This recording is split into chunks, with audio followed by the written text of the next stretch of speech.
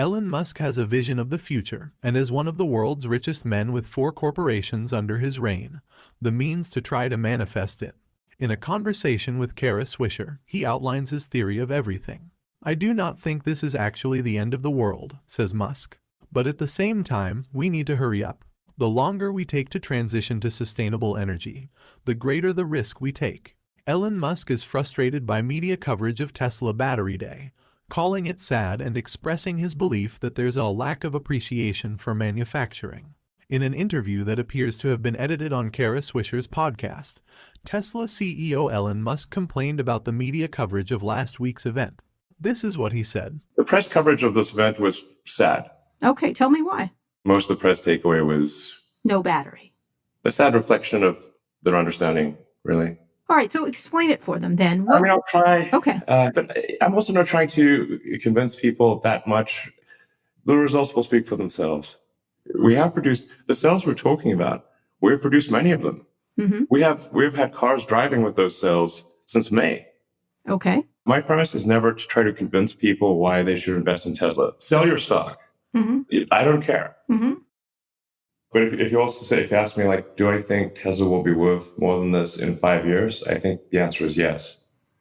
Because you were out ahead. How do you judge the efforts by the other car companies? All of them have been publicly talking about moving in this direction. Yeah, no, this was part of what we were aiming to achieve, to get the other car companies to head in the direction of sustainable transport as quickly as possible. And so it's good to see that the other car companies are moving towards electrification. That's great. Do you feel that have been the one that has moved them there? I mean, Tesla is definitely one that has moved them there. They have said this themselves. Mm-hmm. It's not my assessment. They personally said, they directly said this. Right. The thing that originally got me interested in electric cars way back in high school was actually not the environmental element to it, because I didn't really know about that at the time. Mm-hmm. Because I mean, that's like, well over 30 years ago. But I was really into physics and I thought, well, we don't want to have civilization collapse if we run out of oil, and that's the only way of getting around, and we have to go back to horses, then we won't be able to maintain civilization. We could have mass starvation. Civilization would collapse. Mm-hmm. So we've got to have electric cars. And so I thought about a lot about electric cars and how do we solve the energy density problem so electric cars can go a long way. And that was what I was going to be studying at grad school in Stanford, actually, was ultracapacitors for use as an energy storage mechanism in electric cars. And then I got kind of distracted by the internet and then got back to cars. But, it's like the thing that does kind of drive me crazy is that we know that we have to transition to sustainable transport in the long term, no matter what, because we'll run out of oil. So what the heck's the point of digging all the oil out of the ground, burning it, and then having to transition anyway? But in the meantime, you've run this crazy climate experiment, which could turn out to be extremely bad. And the evidence at this point is overwhelming that it will be bad. It's kind of like what happened with cigarettes. Mm-hmm. For the longest time, they're like, well, the science is unclear as to whether cigarettes are bad for your health. I'm like, nope, the science is definitely not unclear. Mm-hmm. According to the executive, the media's response was sad, emphasizing their belief that there is a notable lack of appreciation for innovations in manufacturing. Despite Musk's complaints, it is still true that the media coverage of Tesla Battery Day was extensive, so perhaps the problem is that the public and markets were waiting for announcements of imminent news, and no promises of the future, a strategy that has worked well for the brand in the past, but which is beginning to show signs of exhaustion. Musk then went on a rant about how people don't appreciate manufacturing enough. This is what he said about that. "This is something that the average person has no idea about whatsoever. Smart people on Wall Street generally have not the faintest clue about manufacturing and how difficult it is. They think that once you have come up with a prototype, that's the hard part, and everything else is trivial copying after that. It's not. It's perhaps 1% of the problem. Large-scale manufacturing, especially of a new technology, it's something between 1,000 and 10,000% harder than the prototype. The truth is that the presentation, somewhat chaotic, disappointed more than one because many of the interesting promised innovations will reach the brand's models within several years. In some cases, a specific timetable was not even given. Market reactions were swift, and after the event, Tesla shares fell slightly.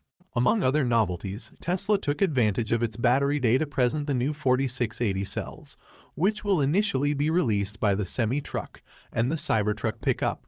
A new process for obtaining more sustainable lithium was also announced, creating new metallurgical silicon anodes, and even the arrival of a $25,000 Tesla by 2023. Speaking to the New York Times' Kara Swisher on Monday, the Tesla and SpaceX CEO offered up a cagey answer when asked if he would be voting for Donald Trump. This is what he said. Do you like him? Are you voting for him? I mean, to be totally frank, I'm not. I mean, I think let's just see how the debates go. That's going to be your thing, the debates? Well, I think that is probably the thing that will decide things for America. Why is that?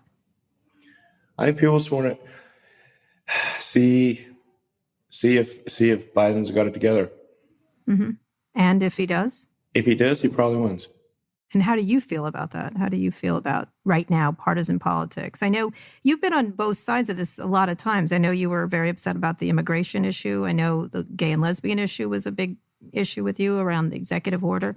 How do you square that circle when you have an administration that you agree with sometimes and then as other times is just appalling? Well, like I said, if you got a two-party system, then the problematic issues are going to kind of fall somewhat randomly into one party or the other. It's not clear to me that there's a cohesive set of reasoning why these things are on one party versus another. They seem semi-random. And, obviously I'm socially very liberal, and then economically right of center, maybe, or center. I don't know. Obviously not a communist. So I think we want to keep improving the system, but we want a system that is responsive to the people. And all capitalism really means is just doing things making products that people want. Mr. Musk's comments may come as a surprise, considering he's long championed sustainable energy and fighting climate change, neither of which have been priorities for the Trump administration. In 2017, he gave up his seat on Mr. Trump's advisory council after the president decided to pull out of the Paris Climate Agreement. Over the last few years, Musk has developed an admiration for good manufacturing, and he has been trying to communicate it frequently. He has said on several occasions that he wants Tesla to become a manufacturing company at its core, and he has encouraged smart people to go into manufacturing.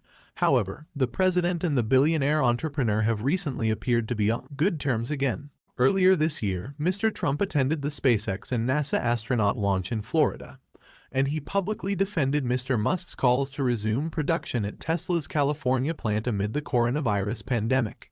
Tesla CEO Elon Musk reportedly has no plans to get coronavirus vaccine for himself or his family. He made the claim during an interview on an episode of Sway while talking about the virus, when asked if he or his family would get the COVID-19 vaccine when it is readily available. This is what he said about that.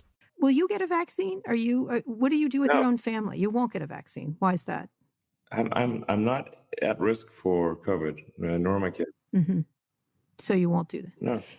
And what do you do now? Do you just go to work? Is that how you're conducting yourself and your family? Yeah. Yeah. This entire time, SpaceX has been at work through this entire thing. We didn't skip a day. We had national security clearance because we're doing national security work. We sent astronauts to the space station and back. Tesla has been, apart from several weeks where we're shut down by the state and then an overzealous Alameda County, which is a travesty.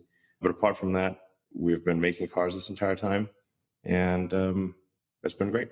Thanks everyone for watching our video. If you guys enjoyed the video, don't forget to hit that like button and share it with your friends on social media. Please also consider subscribing our channel for upcoming videos. Thank you.